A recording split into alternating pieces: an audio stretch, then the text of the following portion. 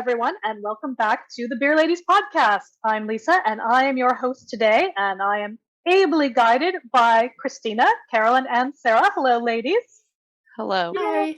Hey. And we will be talking about prohibition today. Enormous topic. We're not going to cover everything, so just want to set some expectations there. But before we dive in, I do want to remind everyone that you can watch us on YouTube. You can subscribe to us everywhere you get your podcast. Like, subscribe, rate, review.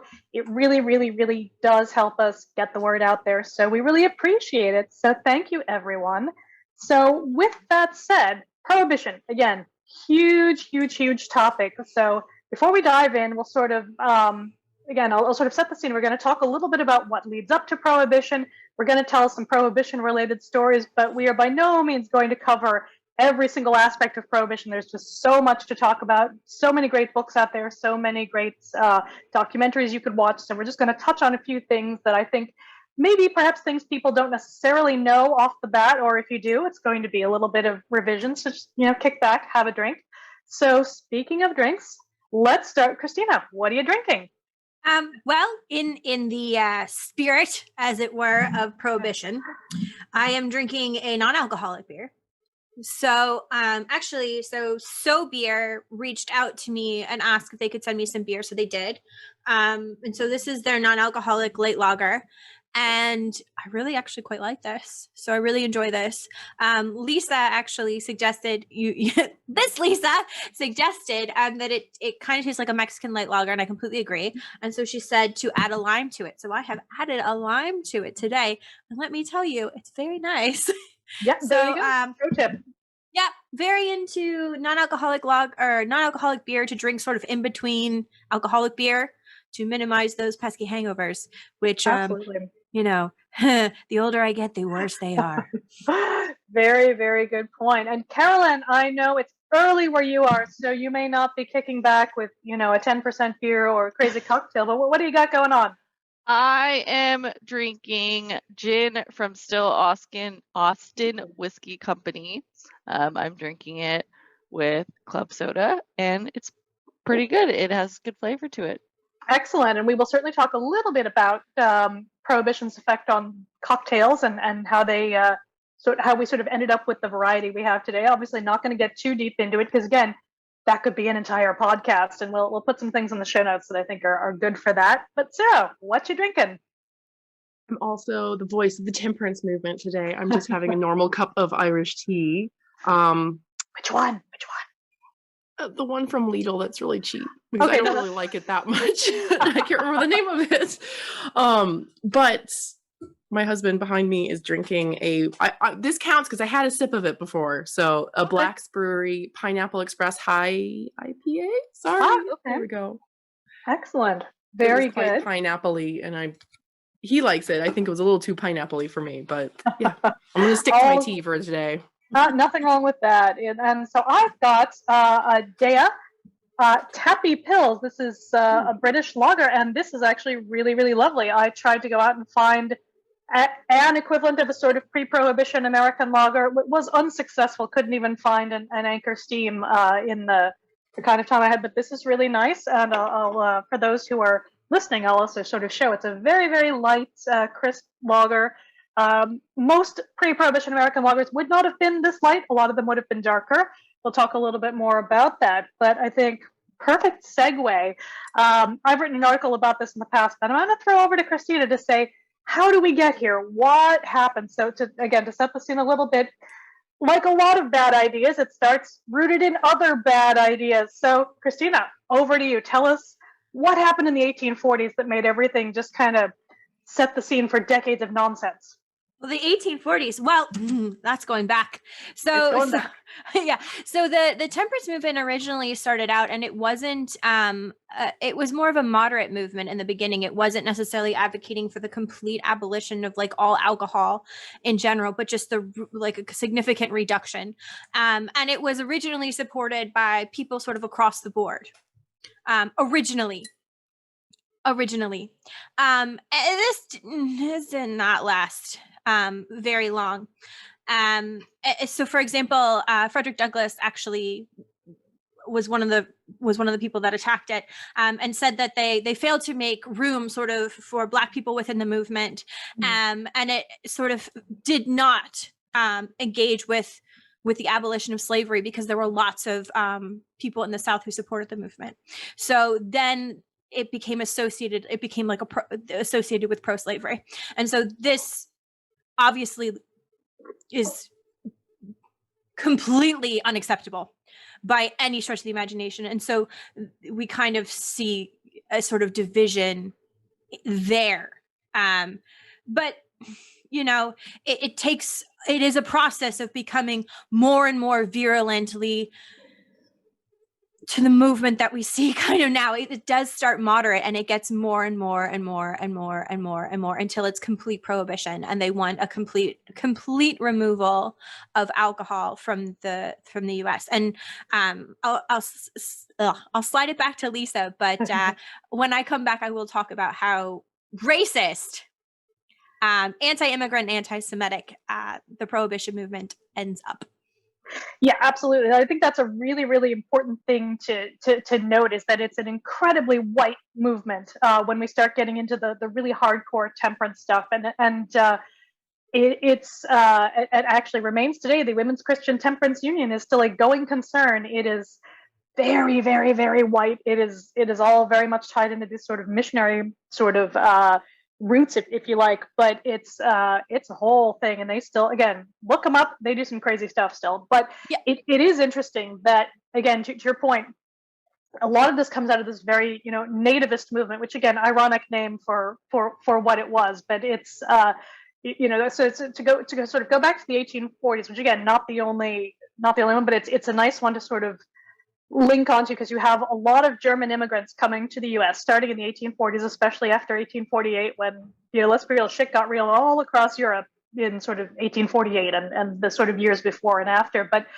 all of the Germans turn up, and it becomes this very specifically anti-German, and then a little bit later anti-Irish as well, but it's anti-Catholic overall is one of the big things that's driving a lot of this from a political point of view. And curious to throw to Sarah and Carolyn, like, I feel like this is left out when you hear the kind of popular narratives about prohibition. You kind of get your gangsters and you get, you know, things like that. But, you know, did you guys learn any of that at school, or was it all just sort of like, and then we didn't have booze? Just curious. I took AP US history in college, and I'm trying to go back. I don't think I did very well in that class. I don't remember them being like, this is like exactly what happened. Because, you know, for school, they take out a lot of information, good and bad. Like you said, Lisa, this is like a massive piece of history with a lot of different contexts and angles that you could approach it. So in high school, probably prohibition is like, maybe you talk about it one day out of the week, and that's it. You move on. This is what happened. We got to get to World War II. Yeah, exactly. This is what happened. We had no booze. It was a dark period. Yeah, those 13 years go very quickly, and I think it's interesting to be looking back on it now, where, you know, you had a society then that would have just come out of, you know, a terrible world war, a terrible pandemic, and instead of having, like, you know, booze you could go to, it's like, oh, sorry, none of that for you. But of course, the reality is, it's still everywhere. But that's actually something we can do a little bit of myth busting about too, because most people are following the law, even if they think it's dumb. But, you know, at the same time, that's not kind of the, you know, the sort of image we get of it. But I don't know, Christina, if you want to talk about like the Chicago beer riot or some of those things that lead up to this. Yeah, so I'm just going to talk a bit about how racist it was and how anti-immigrant it was, and some of the examples sort of about what it is. And so the first article that obviously, I just want to throw it out there. If you have JSTOR, find Prohibition, Racism, and Class Politics in the Post-Reconstruction South by Denise Hurd. I really, really highly recommend that. And that's sort of like preliminary reading to sort of what I'm going to get into a bit now. So the first article that I'm going to sort of skim and summarize is by Christine Sismono, What Prohibition Teaches Us About Race Relations in the U.S. So, and she says, and I think this is very clear, that the prohibition movement essentially sanctioned white terrorism and established quote, mass incarceration in the name of religion. And I think this is really true. And unfortunately, I do think this does get completely sort of swept under the rug. And again, from her article, she says, quote, as renowned lawyer Clarence Darrow famously said in 1924, quote, I would not say that every anti-saloon leaguer is a Ku Kluxer, but every Ku Kluxer is an anti-saloon leaguer. So just so you have an idea of how infiltrated by white supremacy and white terrorist organizations the Prohibition movement was. It was, and the White Christian Temperance Union. These become movements of the Ku Klux Klan and white supremacy. This is what Prohibition is. And they're not just attacking African Americans, they are attacking immigrants, they're attacking Catholics. It's anti-Semitic in nature. This is, besides all of us who like alcohol, this is a very dangerous movement. So one of the examples that that Christine Sismondo talks about is the Atlanta race riots in 1906. So this was a 3-day massacre that saw white mobs terrorize the city's Black residents.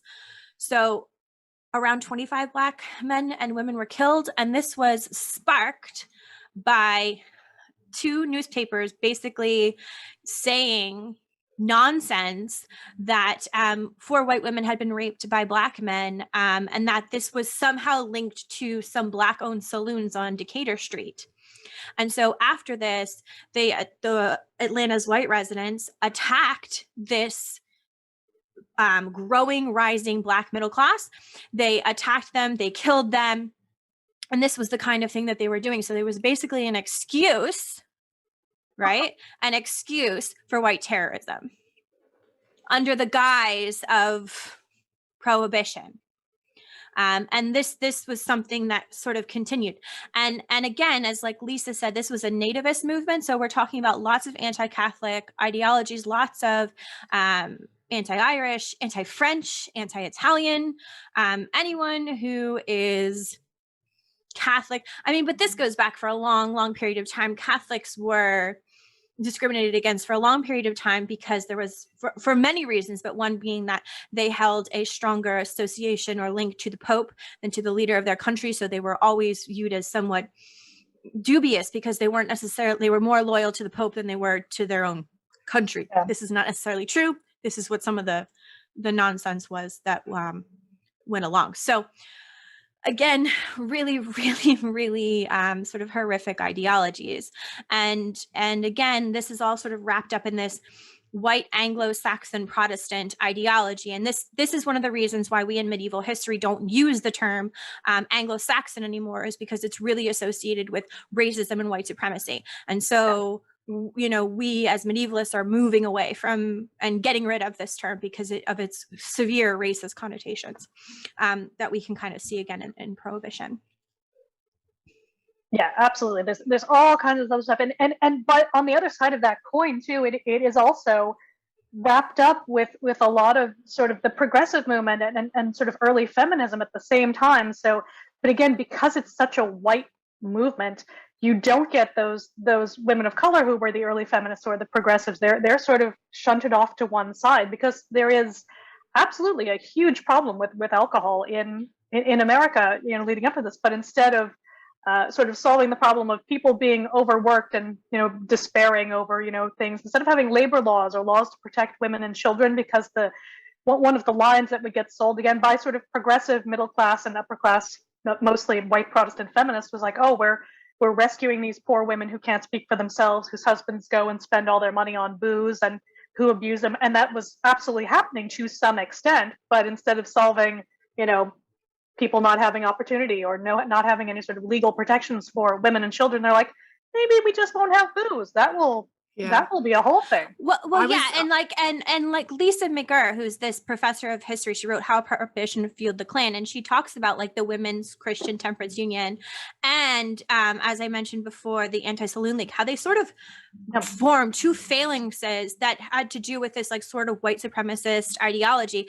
And equally, as you said, Lisa, a lot of these feminist women that I think a lot of white women look to sort of unproblematically about how, you know, they're sort of grandmothers of this thing. Well, they were really associated with this really, really racist ideology. And so they cannot be removed from that. And they were called out about that by Black feminist women at the time. And they didn't do anything or enough about that at all. And they continued because they didn't care. I mean, to be honest, they didn't care. And so we cannot remove them from this either. And I think when we talk now about the idea of like white feminism, it's right there. Yeah. But Sarah, you actually, well, I was going to say about the feminism point was I was reading an article I was reading about prohibition in Nashville because I'm from Nashville and it's more interesting to me when you, and it's an article and there's a section in it talking about how the 18th and the 19th Amendments work together and basically how, I didn't understand this, so I'm going to explain it the way I understand it, or I'll just read it. But many women who supported the temperance movement and then prohibition, they did it for personal reasons. And a lot of times it was because they blamed alcohol for the reason why their husbands came home drunk and beat the crap out of them. So of course they don't. They're for prohibition, but they're also supporting prohibition was also supporting the women's suffrage movement, which I never realized. And then on the flip side, this article writes, this is also the reason why many men and women who did not support a women's right to vote is because it meant no more legal alcohol. And I was like, oh, there were women who were definitely not against suffrage. And I've always wondered why. But yeah, that was an interesting point. Yeah, absolutely. And I think the local angles are really important because, again, going back to sort of the sort of big German immigration, a lot of them come to the Midwest and that part of the South as well. They go to Cincinnati, they go to St. Louis, they go to Milwaukee. And a large part because there are caves there, they can lager their beer under there. And, you know, a lot of these people, though, again, these are highly skilled professional brewers. These are not sort of, and again, there's a lot of classism in this too, but these are not people who have no skills. These are people who have come, who are ready to, you know, be the kind of sort of venture capitalists of their day to a certain extent. They are setting up huge businesses. And, you know, to a certain extent, because of prohibition, the city of Cincinnati, for example, like essentially destroyed their legal economy by getting rid of all of that. And so you can really argue that in some ways it never recovered. But Sarah, you're absolutely right in that it's really, you know, absolutely tied to, you know, who has power, who doesn't. Do we want to give women power or not? But yes, the 18th and 19th Amendment are inextricably linked. And I think it's important to acknowledge that and be like, a lot of these people are problematic. There's good stuff, but there's bad stuff in here too. And, you know, if you don't sort of give a nod to that, then it gets complicated. But I think to go over to Carolyn, I think you've been looking up some stuff from Texas, and that's going to be interesting as a border state. You've got all kinds of things going on and potentially booze coming in there. I'm curious what you've discovered with the local history. Yeah, I'm going to like read this a bit. So it said at the start of the national prohibition, the state of Texas found itself in like a weird position due to geography. Like, yes. I mean, we're next to Mexico. So, and they said, unlike the U.S., Mexico allowed the legal sale of liquor and smugglers to capitalize on the new black market. So they sent a lot of tequila and stuff through the smugglers. And so it's a Texas law enforcement faced up against both smugglers from across the Mexican border and native-born moonshiners. However, the law enforcement viewed and dealt with these groups in different ways.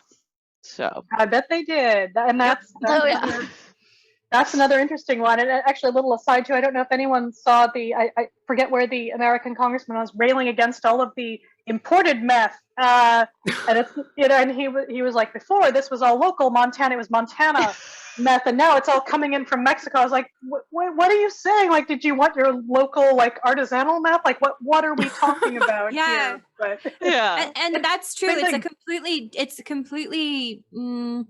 And the law is not applied equally. Like, that's why you have, like, you know, if you go to like Vegas and they have the mob museum and you see all like the mob prohibition stuff, and which is, I think, sort of like what we all kind of think about prohibition. We think of sort of like speakeasies and the mob and this, you know, we don't really learn about how racist or anti-immigrant or all this other things. but that's really who that they were sort of going after. They weren't really applying this law to necessarily, like, these crime organizations, Right. but they were certainly attacking your, your small Black owned businesses, or your immigrant, or the not even People immigrant idea. smuggling. Yeah, just Absolutely. anyone that they deemed like, other is Right. Absolutely. And actually, that's a perfect segue, because I'm going to talk a little bit, and I'll probably come back to her a couple times, about Mabel Willebrandt, who was one of the first women to be an associate attorney general in the United States. And this is actually, if you look back, it's a sort of perfect example of what we call now the glass cliff, where they promote a woman to a job that they know is going to be a failure, because she is just essentially put in 1921, she is essentially put in to enforce the Volstead Act, which is what brings in prohibition. And she personally was like, well, this is dumb. Like, she was never in favor of prohibition, but this was her job. And so now she was trying to figure out, how do you prosecute people in this? How, what do you do here? And this was, she started like documenting like who was the most corrupt judge, the most corrupt like local commissioner, all of these things, because she clearly understood relatively early on that this was, she had been set up to fail essentially in this job. But that was one of her big points, was how come we're not, actually prosecuting the big operators? We are shutting down a speakeasy. We are going after, an individual woman selling booze, out of her, out of her back garden. So her quotation was that prosecuting speakeasies was like trying to dry up the Atlantic Ocean with a blotter. And now, again, she's not unproblematic. We're going to come back to this later, because she also sort of actively campaigns against Al Smith, who was running for president at that time. We'll come back to that, but there's, again, this sort of anti-Catholic element, but there's a twist in the end. So we will come back to her. But I think, again, let's talk a little bit more about, kind of, Carolyn, what you're saying in terms of that sort of tequila coming across the border, because this is kind of, at least in people's minds, when what we'd say our modern cocktails are invented largely to, disguise the taste of this awful bathtub shit. Now, again, to myth bust, that's a little bit overstated, but that said, this is one reason why, one, we have cocktails as a popular thing even now, and two, why women can go into bars now, because before Prohibition, women did not go into bars unless they were prostitutes or saloon owners, but respectable women, in air quotes, did not go to bars. So this is interesting, because it says, because dry Texas was next door to Mexico, the borderlands developed a profitable trade for smugglers. Taquiros, translated tequila people in English. This is what this article says. Purchased their alcohol legally in Mexico and transported their goods across the border to sell at a significantly higher price to a group of native bootleggers who would distribute the product. So, like, you're getting on the people that are sending it over, but you're not going to get on the people that are actually distributing the product. Like, this makes no sense. They should both be punished equally, but if you're going to punish someone, they should both be punished equally, because these people are making a profit. Well, they're making a high profit on tequila and whatever else they were bringing across. Yeah, tequila or tequila-like or whatever they're calling it. And I think that's, and I think to mention, to bring in Wayne Wheeler, who's kind of the big bad of a lot of this. He was really the architect of some of the worst things that happened. He wrote a lot of the Volstead Act. He was a terrible, terrible, terrible person. Like, we can just say that. He has no redeeming qualities. He is literally the worst. And there are a lot of parallels really with like someone like Wayne LaPierre, because he was sort of feared by politicians in the same way that, the modern NRA is, or again, sort of the larger, I would say, sort of, gun movement across the US. And again, it's that same thing where it sort of went from being something reasonably sensible that, for example, hunters supported, to being this like free for all, everyone should be armed to the teeth kind of thing. There are a lot of parallels with kind of what Wayne Wheeler did, where he essentially set up this sort of bulletproof organization, and no one would vote against the things he said. So again, he got the Volstead Act through, and he was also the one responsible for making sure that there were, such, terrible laws that all of these people died from drinking, stuff that was certainly not drinkable. And no bother. Never suffered any kind of consequences as a result. Yeah. Is it something like 10,000 people died during It's something Prohibition like or that. It something is- like that from yeah, mostly from poisoned alcohol because of all this? Exactly. And again, and it's a gamut too. It's not, just, again, in air quotes, sort of, it would be sort of in the press at the time, they'd be like, oh, well, these people were alcoholics anyway and were not contributing to society, which again is a terrible thing to say, but Yeah. was not true. It could also be the case of, someone who just gone out for one sort of drink on the slide. That absolutely happened too, but there was no, sort of no remorse, no recompense, just, and he was basically like, I'm glad they're dead, because again, he was literally the worst. So if anyone's watched any of the sort of big documentaries, I think they do a good job of, whether it's the Ken Burns one, or I enjoyed the BBC Two one from, oh God, like 20 years ago now. He is the big bad because he is the worst. And, I think we shouldn't fail to point out that there were individual people driving a lot of this who were, terrible. So. Yeah. Well, yeah, and just to say, like, I think realistically speaking, like, if you go back even like 50 years or 60 years, like, most people are terrible. Like, I don't think that we should, like, you can't look to history for the best of people, because most of them were fucking awful. Yeah, or just complicated. And I think, again, we'll keep coming back to that, because a lot of these people, like, there will be some redeeming quality, or something they were known for, and some of the stuff that they did in this period gets kind of, yes, we sort of hand wave it away, like, oh, but they did other stuff, which, again, people are complicated. So it's hard to separate some of these things. But again, it is so inextricably tied up with sort of this bit of white feminism and that bit of, especially anti-Catholic, sort of sentiment. But again, also, Christina, to your point, disproportionately prosecuting people of color, for example, or the poor in general. In the U.S., it was, when they did prosecute something high profile. So, for example, when the 21 Club in New York gets raided a couple of times, it's a big story because it's unusual. It's not a big story, because that was happening all the time. That's almost kind of the parallel to sort of a current Brexit story, where, like, right now, British people in Spain are having to leave because they've discovered they're illegal immigrants, and it's like, okay, well. That's the sort of Schadenfreude story. So same with the 21 Club, where they'd kept all of their really good booze and were selling it to their well-heeled patrons. But of course, a lot of their well-heeled patrons were also well-known political bosses, and who never thought this would apply to them, because rules had never applied to them. So this is actually funny.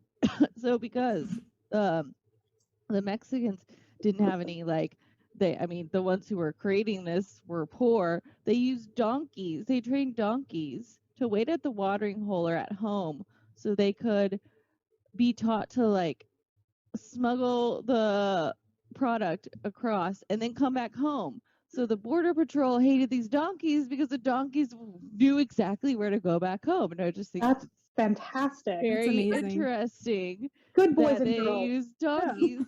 That they use donkeys instead of, like, they could, according to this article, they were very poor and couldn't afford cars and trains like other people, so that's why they use donkeys. But also, how smart is that? Like, what a good job. Like, no one's going to prosecute, your donkey. This is fantastic. Like, it's kind of genius, because you just send it to go to a specific place and then come back home. Like, in fairness, I wouldn't put them past prosecuting a donkey, because there was a famous case. Remember, where there was a famous case where, like, a pig killed a child, and they took the pig to trial, and then they hung it. Did they make bacon out of it afterwards? No, they executed it and then put it where they think. So they let a whole pig go to waste? I don't know what they did with the body, to be fair, Sarah. I don't know, but I do remember that we could have had BLTs for days. That's hilarious. They did put the pig on trial, and the pig was executed. The pig have no we'll link this article in the show notes, because it's actually very interesting and has a lot of information. Wow, that sounds fantastic. I didn't know that about the donkeys, and I've looked into a little bit. I feel like people, again, know, in air quotes, a lot about sort of booze coming from Havana. Like, it's very sexy to be on your boat and, bringing things in from Cuba, or coming across the Canadian border as well.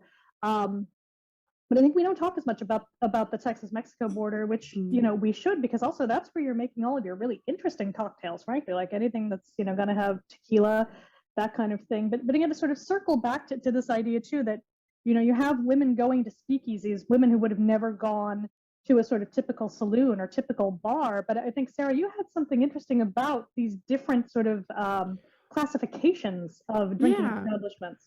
So we have, a bar is a bar. We know what a pub is, but they always have all those fun Wild West terms for bars, which is like saloon, tippling house, or a tavern. I think tavern is quite nice.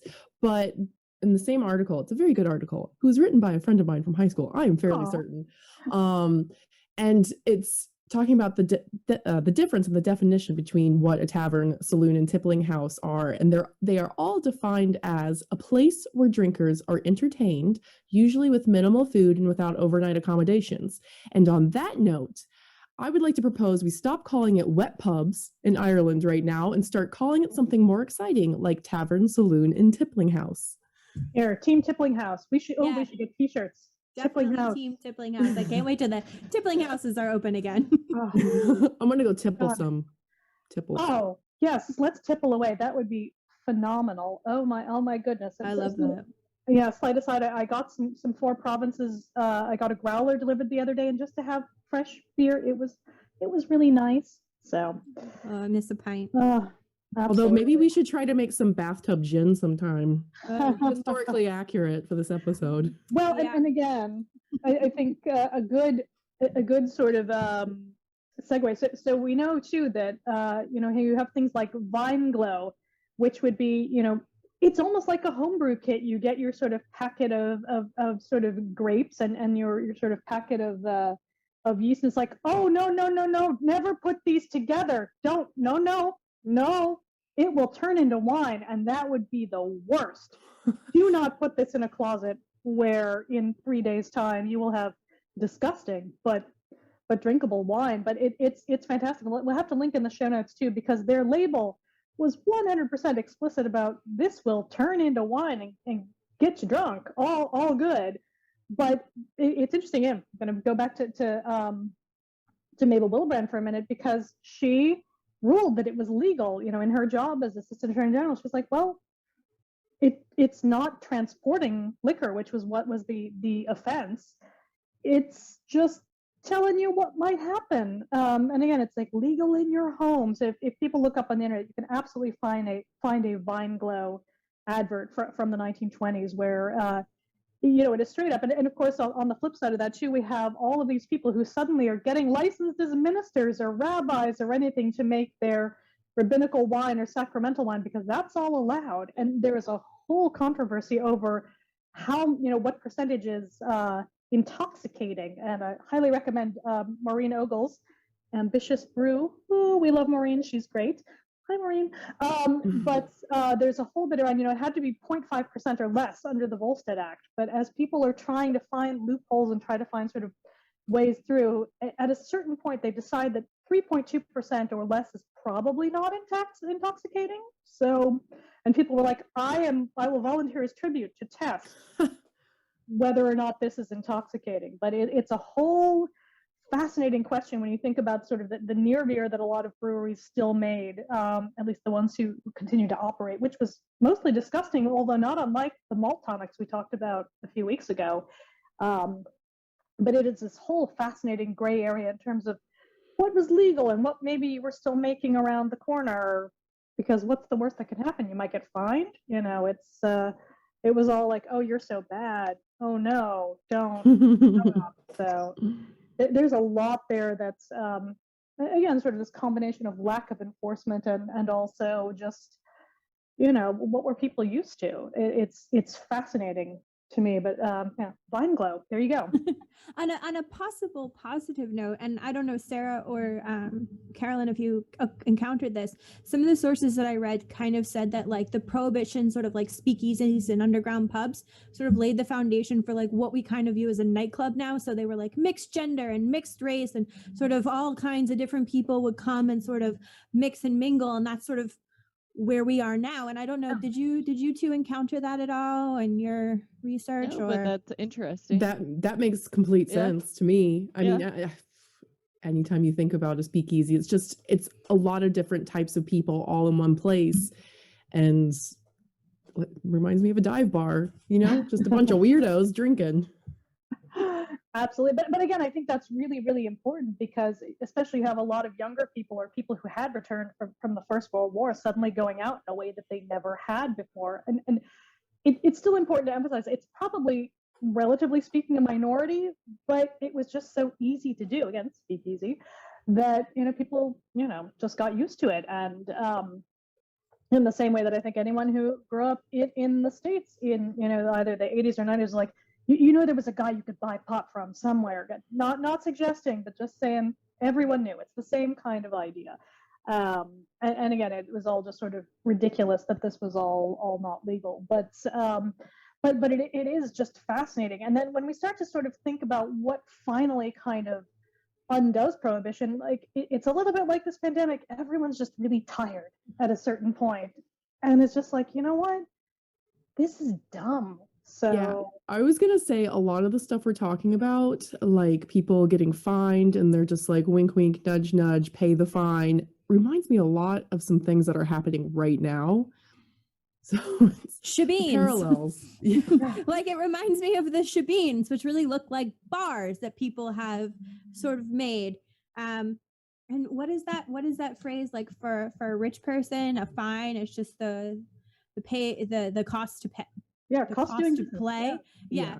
And so but the other thing I was just gonna say, Sarah, when you went to Vegas, did you go to the Mob Museum? Do you remember the Prohibition exhibition? I actually didn't get a chance to go to that one. I'm really jealous that you've gone. I've seen video, I've seen people on YouTube do vlogs of it, and it looks really cool. Like they even have like a hidden speakeasy bar in there, right? Did you do that part? I don't think we got stuck in the part where you can like measure yourself like behind bars and all that other, oh my gosh. And then the Prohibition exhibition, oh my goodness, where it has these pictures of women and where we used to hide like flasks and stuff. I'll put them up on Twitter. Actually, I'll probably just tweet them when this episode goes back on Friday, but so cool. I probably could have taken some notes if I had known years ago back in college when you had to sneak Ziploc bags of Jack Daniels into Neyland Stadium for a football game because you couldn't drink on campus. Like, what's a better way to get this in here? Yeah, that's hilarious. And speaking of friends, we should all go. There are speakeasies in Dublin that we should go to in the Blind times. Pig. That one's really nice. And I think there's another one too. What's the one there's one where you have to like knock and there's like a password you have to, I don't remember. I think that's the Blind Pig. I had to text and somebody has to come get you, and I don't know, it's a whole thing. It's really cool. Kind of reminds me a bit of like Vintage Cocktail Club as well. Yeah, that place is good cocktails. So before though we get just into sort of cocktails, I know we're sort of running out of time a little bit. I'll talk a little bit about the presidential election of 1928. A couple reasons for this. Again, we have a lot of work, if you like, from Mabel Willibrand. Not in a good way. Again, she's a very interesting person. Again, problematic, but also does some good. But again, background, 1928, Al Smith gets the Democratic nomination for president. He's the first Catholic to get the nomination for president. And it does not go well for reasons. Now, but again, fun aside, my dad was born in 1928. He was named after Al Smith because his parents were so excited that one of their people, if you like, was running for president. But things got a little racist and a little anti-Catholic, just a little bit. So first of all, the KKK was the basic sort of last man standing, if you like, was like, no, America needs to be dry. If you needed another reason to think that these people are garbage, they were like absolutely out there like, let's burn crosses so that he can't be president. But there was this whole big bit. I'm going to read a quotation because it's super awful, but again, people should know about this. So one of the sort of big sort of old school waspy folk, if you like, was all out there saying, well, you don't want to vote for Al Smith because he courts, and again, quoting here, the Italians, the Sicilians, the Poles, and the Russian Jews. That kind has given us a stomachache. We have been unable to assimilate such people in our national life, so we shut the door on them. But Smith says, give me that kind of people. He wants the kind of dirty people you find today on the sidewalks of New York. So again, not dissimilar from a lot of current rhetoric. There's always someone who's the persona non grata with the political class. But this is what's interesting. Again, going back to Mabel Willibrand, is she really, even though she found this sort of personally distasteful to an extent, still campaigned for Hoover because she thought, well, if I get the Republican guy nominated, I can move up in the world. I can get a better job. I could be the Attorney General of the United States. And Hoover was duly elected and not Al Smith because, again, like you were saying, Christina was like, no, he'll take orders from the Pope. It'll be the worst. So because of that, largely, he did not win. Hoover, of course, did. And that went well, as we all know. But as soon as Hoover got elected, Mabel Willibrand reaches out to him and is like, so, how about, a sweet political appointment? And he was all new phone who dis, nothing, gave her absolutely fuck all, no, nothing at all. So she eventually stopped working in politics and went out to start to help like the Screen Actors Guild and other people in LA. But there's a sort of fascinating quote from one of her friends who said, if Mabel had worn trousers, she could have been president. So let that sink in there. But again, the last irony, the sort of twist in the story, in later life, she became a Catholic to sort of, be like, my bad, I guess. But it's just a fascinating, you can look at sort of individual people, again, how they do interesting things and they're problematic, but also, because on the one hand, just following orders is not the best, like, way forward. But it's fascinating that she did at least kind of try to say, this doesn't make sense, and tried to sort of work, within the system, in air quotes. Didn't work, but it's an interesting, again, she's a really interesting person to follow. I'm kind of surprised there isn't more sort of scholarship on her. There are bits and pieces, again, kind of more within legal scholarship than anything else, but she's a really interesting person, inextricably tied to Prohibition and kind of how this all played out. But it's fascinating that she kind of did all the right things, but because she was a woman, it didn't work out for her. So yeah, I think you put up an interesting point that a lot of the rhetoric that we see in this is like very similar to the anti-immigration rhetoric that we see now. Like, for example, one of the things I read is that I think it was the Women's Christian Temperance Union actually said they wanted people who were immigrants who violated Prohibition to be sent to their respective the country that they came from, which is something that I think we see now as well. In sort of rhetoric, but which is just awful. But like, I guess like on a happier note, Carolyn, have you been to a speakeasy? Not yet. My friend and I think it's called Midnight Cowboy. My friend and I were talking about it, and so we're gonna go one day. That in Austin? Yes. I literally read about it right before we started this. I was looking for pictures of speakeasies, and it came up as one of the best ones. There's another one near the Capitol that's pretty good, so we'll have to go check out a few. I have not been to one, so it's on my list of things to do now that I've been to Cafe du Nord in San Francisco. Is an old school speakeasy, but now you just go in it. But it's a super cool space, and again, they obviously celebrate that now as part of their part of their heritage. But it's a fascinating place, and again, I think we will eventually do a whole episode just around sort of cocktails and their evolution and some of the gross ones you got in the 18th century, which have nothing to do with this. But yes, Sarah, for those who are just listening, Sarah's got a cool book. We'll also do tiki drinks at some point as well. But again, it's so important that we get that. So we'll do just a couple minutes. I know we're almost sort of at time here on just kind of what happened next, because it completely destroyed the beer industry, and it completely destroyed effectively the then sort of nascent wine growing in industry in California especially. But I was trying to think like of the pre-Prohibition breweries that are still around.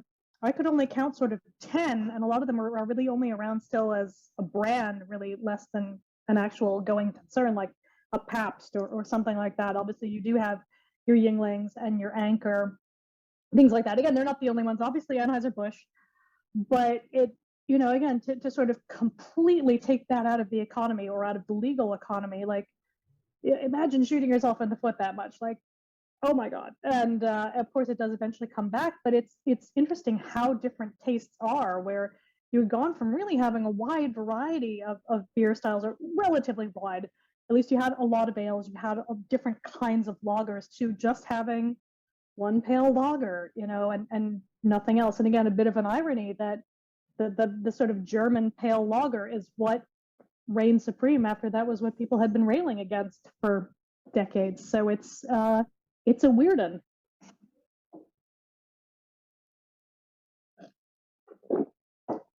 So I don't know, and then you don't even get like, I'm trying to think, like, Carolyn, I guess Shiner Bock comes back later, and that's one of your first popular dark lagers, really. Yeah.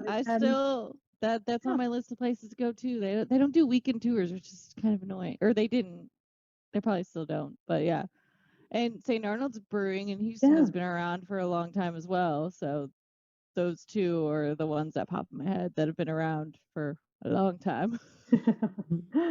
Yeah, absolutely. But again, it's a completely changed landscape afterwards. And so you have all these, you have all this consolidation. That's a whole other story. We won't get too much into it, but it's interesting how different tastes were, and how, again, you had now this taste for cocktails, and how you do have a slightly more egalitarian approach to, again, men and women going out, having some, not 100%, but having a little bit more diversity in kind of who you associate with, and what that looks like. Again, that's its own sort of big, deep dive. But I don't know, again, Christina, what's your kind of biggest takeaway about, like, what happened with all this?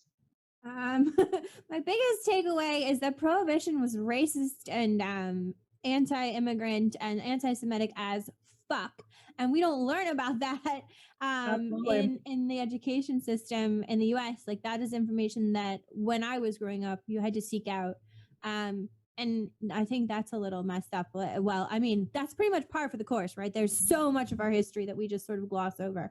But I think from my sources, I think the fact that this is sort of where like modern nightclubs come from, where it's like mixed gender and mixed race, and I thought that was really interesting.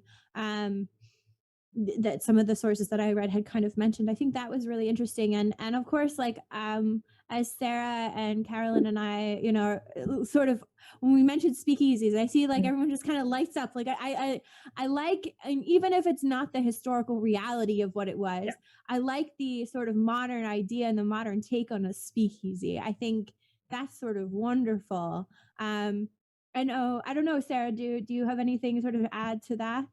The vibes, I was going to say, the speakeasy vibes, like behind me, my virtual background, it's just dark, it's romantic, you got the velvet seats, it's just open seat. I don't know, the music, I just really like them. So yeah, I know, I completely agree. I can see how speakeasies led to the modern nightclub, and I think my biggest takeaway from this is what I would say to anybody who wants to learn more about Prohibition is realizing it's complex, super complex. Absolutely. Like you say, Lisa, people are complicated. They're complicated now. And I don't think I think when you look back and you see somebody, what they did, you have to think about the context in which the time that they lived, and that's what the best that they could do at the time. I don't know. I think it's super complicated. It is. Yeah. How about you, Carolyn? Yeah, no, yeah. I mean, again, in school we just learned this is Prohibition, this is what it was, and then you move on to something else. So it's very interesting to like kind of deep dive into it and learn about. I mean, a little bit. I mean, I learned a little bit more about Texas and the Prohibition, and learning about other states and just Prohibition in general, because I didn't know that it was as Sarah said, as complex as it. I just love your donkeys, Carolyn. Like that great story. I love that fact. That is a great story. I love it. Oh, that's fantastic. So again, we'll probably leave it there. So I want to say thank you again for listening. Thank you to Christina, Carolyn, and Sarah. Again, I'm Lisa. So remember, like, subscribe. You can follow the Beer Ladies podcast on @BeerLadiesPod on Twitter, or @BeerLadiesPodcast on Instagram. Obviously, you can subscribe to us everywhere. On YouTube, again, if you do subscribe on YouTube, we would be very, very happy. We can finally get a vanity URL, and we are so vain. We want that vanity URL. So we really appreciate it if you can. But of course, wherever you get your podcasts, we are there. Thank you for listening, and we will catch you again next week. Bye. Bye.